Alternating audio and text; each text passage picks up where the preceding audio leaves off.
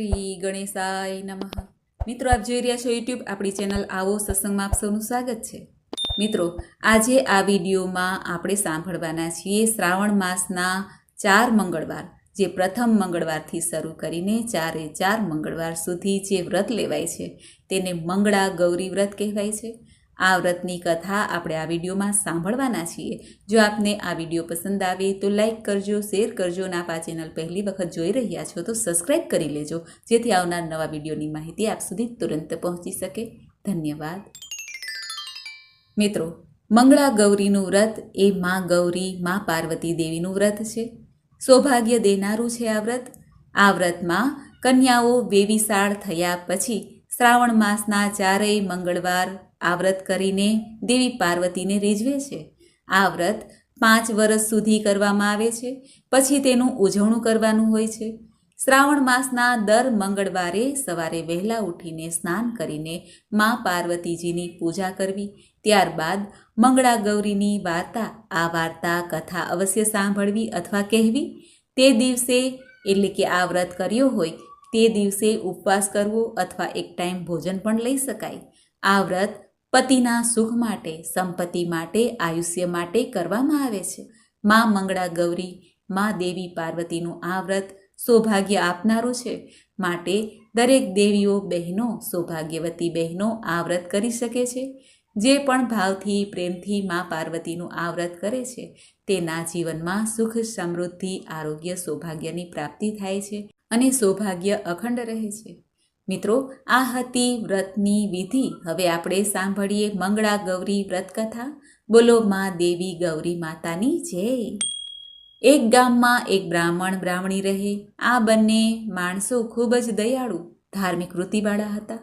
બ્રાહ્મણનું નામ રામપાલ અને બ્રાહ્મણીનું નામ રાજલક્ષ્મી. તેઓ બધી રીતે ખૂબ જ સુખી હતા, પણ તેમને શેર માટીની ખોટ. આથી બ્રાહ્મણ બ્રાહ્મણી ઉદાસ જ રહેતા હતા. આ બ્રાહ્મણના ઘરે એક દિવસ એક સાધુ આવ્યા. બંને પતિ પત્નીએ આ સાધુની ખૂબ જ આગતા સ્વાગતા કરી. સાધુ બ્રાહ્મણ બ્રાહ્મણીના ચહેરા પરથી ઉદાસીનતાને કળી ગયા. સાધુ બોલ્યા, હે બ્રાહ્મણ, તમે બંને કેમ ઉદાસ લાગો છો?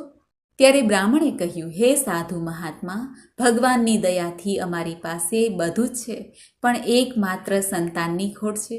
સંતાન વગર અમને બધું સુખ મોડું લાગે છે. આ જ ચિંતા અમને સતાવ્યા કરે છે.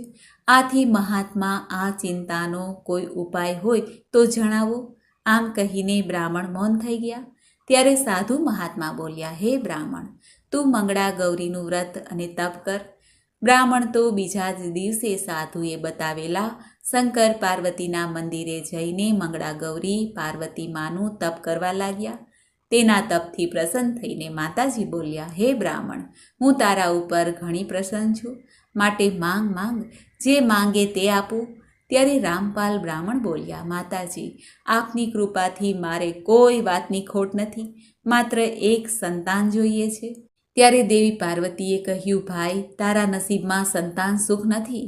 ગમે તેમ કરો માતાજી, પણ જો મારી ઉપર પ્રસન્ન હોય તો મને એક સંતાન આપો.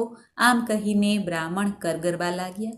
ત્યારે માતાજીએ કહ્યું, સારું ભાઈ, અહીં મંદિરના ઓટલા પાસે એક આંબો છે, તેની એક કેરી તોડી લે. તારાથી જો ન પહોંચાય તો ગણપતિની દૂટીમાં પગ ભરાવીને કેરી તોડી લે છે. ઓટલા ઉપર જ ગણપતિની મૂર્તિ હતી. રામપાલ તો ગણપતિની દૂટીમાં પગ ભરાવીને એક કેરી તોડી, પણ એને લોભ જાગ્યો એટલે એણે ફરી બીજી વાર ગણપતિની દૂટીમાં પગ ભરાવીને બીજી 2 કેરી તોડી નાખી. આથી ગણપતિજી ગુસ્સે થયા. તેમણે રામપાલને શાપ આપતા કહ્યું, હે રામપાલ, તને માતાજીએ એક જ કેરી તોડવા માટે કહ્યું છે, પણ તે લોભ કરીને બીજી 2 કેરી તોડી. એટલે માતાજીની કૃપાથી તને પુત્ર તો પ્રાપ્ત થશે, પણ 16મે વર્ષે તે મૃત્યુ પામશે. પછી તો તરત જ રામપાલના હાથમાંથી 2 કેરીઓ અદૃશ્ય થઈ ગઈ અને એક જ કેરી બાકી રહી. રામપાલને પોતાના કાર્ય બદલ ખૂબ જ પસ્તાવો થયો, પણ હવે થાય શું? તે તો એક કેરી લઈને ઘેરે આવ્યો. પછી પોતાની પત્ની બ્રાહ્મણીને ખવડાવી. થોડા જ વખતમાં એની પત્ની સગર્ભા રહી. સમય જતાં એક સુંદર બાળકને જન્મ આપ્યો. બ્રાહ્મણ બ્રાહ્મણી તો બાળકને જોઈને ખૂબ જ રાજી રાજી થઈ ગયા. બ્રાહ્મણને ગણપતિનો શાપ યાદ આવતા તેના મનમાં સહેજ ગભરાટ થવા લાગી, પણ તેણે આ વાત બ્રાહ્મણીને ના કરી. આ બાળકનું નામ શંકર પાડ્યું. શંકર દિવસે ને દિવસે મોટો થવા લાગ્યો. તે 10 વર્ષનો થયો એટલે તેને જનોઈ આપી. પછી તેના મામા સાથે તેને કાશીએ ભણવા મોકલ્યો. મામા ભાણેજ કાશીએ ભણવા જતા હતા ત્યાં રસ્તામાં એક ગામ આવ્યું. આ ગામને પાદરે એક કૂવો હતો. મામા ભાણેજ બંને તરસ્યા હતા, તેથી બંને જણા કૂવા પાસે પાણી પીવા ગયા. કૂવા પાસે 3-4 છોકરીઓ પાણી ભરવા આવી અને ઝઘડતી હતી. એમાં એક છોકરીએ રંભા નામની છોકરીને ગાળો આપી, એટલે રંભા બોલી, તમે મને ભલે ગાળ આપો, પણ હું કાંઈ રંડાવાની નથી. મારી બાએ મંગળા ગૌરીનું વ્રત કર્યું છે, તેથી અમારા કુળમાં કોઈ વિધવા થવાનું નથી. મામા ભાણેજ આ વાત સાંભળી રહ્યા હતા. મામાએ ગણપતિને આપેલ શાપ વિશે વાતની ખબર હતી, તેથી તેમણે વિચાર્યું કે જો આ રંભાના લગ્ન શંકર સાથે કરવામાં આવે તો શંકરનું મૃત્યુ ટળી જશે. આમ વિચારીને શંકરના મામા રંભા પાસે ગયા અને કહ્યું, બેટી, તું અમને તારે ઘેર લઈ જા, મારે તારા પિતાનું કામ છે. રંભા મામા ભાણેજને પોતાને ઘેર લઈ આવી. રંભાના પિતાએ બંને વ્યક્તિ અજાણ્યા હોવા છતાં પણ તેમની આગતા શાગતા કરી. પછી અહીં પધારવાનું કારણ પણ પૂછ્યું. ત્યારે મામાએ કહ્યું, વડીલ, અમને તમારી દીકરી રંભા ખૂબ જ ગમી ગઈ છે. તમે મારા આ ભાણેજ શંકર સાથે તમારી દીકરી રંભાના લગ્ન કરો તો ઘણું સારું. મારા શંકરને પણ તમારી દીકરી ગમે છે. રંભાના પિતાએ તેમને પોતાના ખાનદાન કુટુંબ વિશે પૂછ્યું. પછી સર્વ હકીકત જાણીને તેમણે લગ્નની હા પાડી. શંકર અને રંભાના લગ્ન થયા. શંકરના મામાએ રંભાની બાને પૂછ્યું, તમે મંગળા ગૌરીનું વ્રત કર્યું છે તો તે વ્રતની વિધિ શું છે તે આપ કહો. ત્યારે રંભાની બા બોલ્યા, આ વ્રત શ્રાવણ માસના બધા મંગળવારે કરવાનું હોય છે. દર મંગળવારે સવારે સ્નાન કરીને પાટલા ઉપર મંગળા ગૌરી મા પાર્વતીની સ્થાપના કરવી. ઘઉંના લોટાનું કોળિયું બનાવીને તેમાં સૂતરના તારની દિવેટ મૂકીને ઘી પૂરીને દીવો કરવો. પછી બીલીપત્રો, પુષ્પ, જીરાના દાણા, ધરોના પાંદડા, ધતુરાના પાન, અઘેડાના પાન, આ બધું 16 લઈને માતાજીનું પૂજન કરવું. એકટાણું કરવું. જાગરણ કરીને બુધવારે પ્રાતઃકાળે વિસર્જન કરવું. 5 વર્ષ પૂરા થાય એટલે વ્રતનું ઉજવણું કરવાનું હોય છે. આમ વ્રતની વાત કરીને બધા સૂઈ ગયા. સવાર થતાં મામો ભાણેજ કાશીએ જવા માટે સાસુ સસરાની રજા લીધી. શંકરે તેની પત્નીને પાછા ફરતા ઘરે લઈ જવાનું જણાવ્યું. પછી બંને જણા કાશીએ ગયા. શંકરે થોડા વર્ષમાં પોતાનું ભણતર પૂરું કર્યું. પછી તે વળતા પોતાના સાસરે આવ્યા અને સાસુ સસરાએ તેમની આગતા શાગતા ફરી કરી. શંકરે પોતાની પત્નીને લઈ જવા જણાવ્યું. શંકરે તે રાત્રે સસરાના ઘેરે જ રાતવાસો કર્યો. શંકર અને રંભા એક ઓરડામાં સૂતા હતા. અડધી રાત્રે રંભાને સ્વપ્નમાં મંગળા ગૌરીએ કહ્યું, બેટા રંભા, જલ્દી ઉઠ, તારા પતિને નાક કરડવા માટે આવ્યો છે અને ઝટ દૂધ આપી દે, એટલે દૂધ પીને તે નાક ચાલ્યો જશે. રંભા તો ફટાક દઈને ઊભી થઈ. પછી રસોડામાં જઈને વાટકો ભરીને દૂધ લઈ આવી.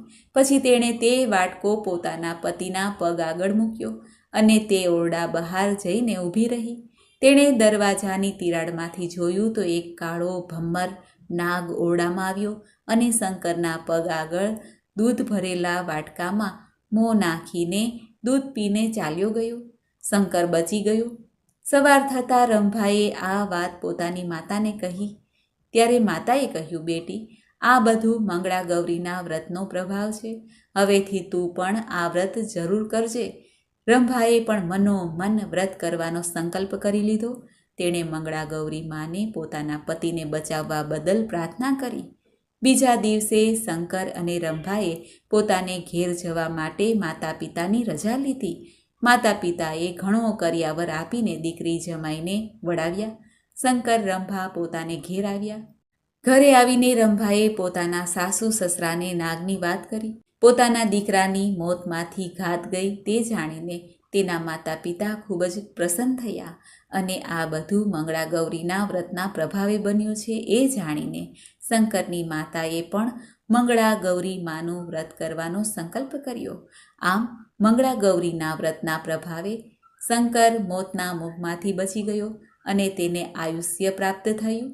હે મંગળા ગૌરી માં, હે દેવી પાર્વતી માં, આપ જેવા રંભાને ફળ્યા તેવા આ વ્રત કરનાર સૌને ફળજો. આ કથા કહેનાર, કથા સાંભળનારની પણ રક્ષા કરજો. બોલો માં મંગળા ગૌરી માની જય. તો મિત્રો, આપણે સાંભળ્યું શ્રાવણ માસના મંગળવારની કથા, મંગળા ગૌરીની વ્રત કથા. મને આશા છે કે આપને આ વિડીયો જરૂર પસંદ આવ્યો હશે. બોલો માં પાર્વતી દેવીની જય, માં ગૌરી માતાની જય. મિત્રો, મને સાંભળવા માટે ધન્યવાદ. આપ સૌને મારા જય શ્રી કૃષ્ણ.